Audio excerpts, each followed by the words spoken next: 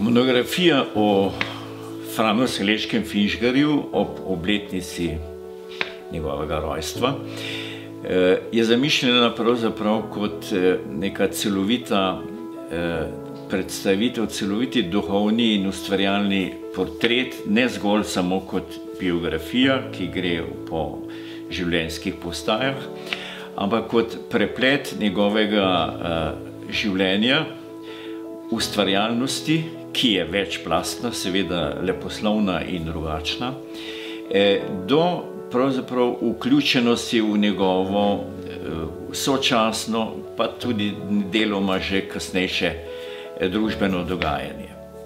Namreč Fran Selečki Finžgar je v naši kulturni zgodovini pomemben ustvarjalec na številnih področjih, hkrati je pa izjemen pričevalec svojega časa.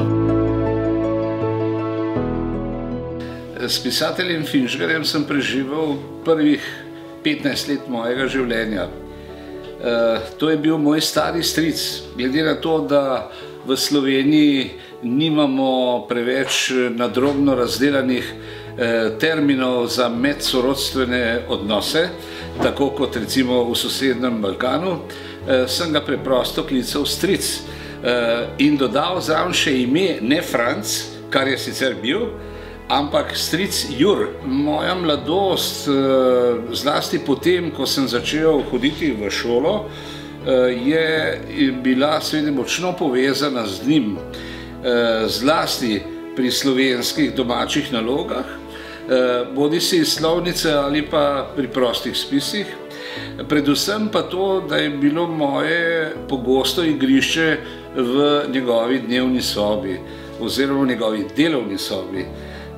On je namreč med drugo svetovno vojno, kot je znano, seveda zaradi eksplozije bombe oglušel in je potem ni bilo nobenih težav, če sem se jaz tam igral. Seveda igra je potekala s knjigami iz njegove knjižnice.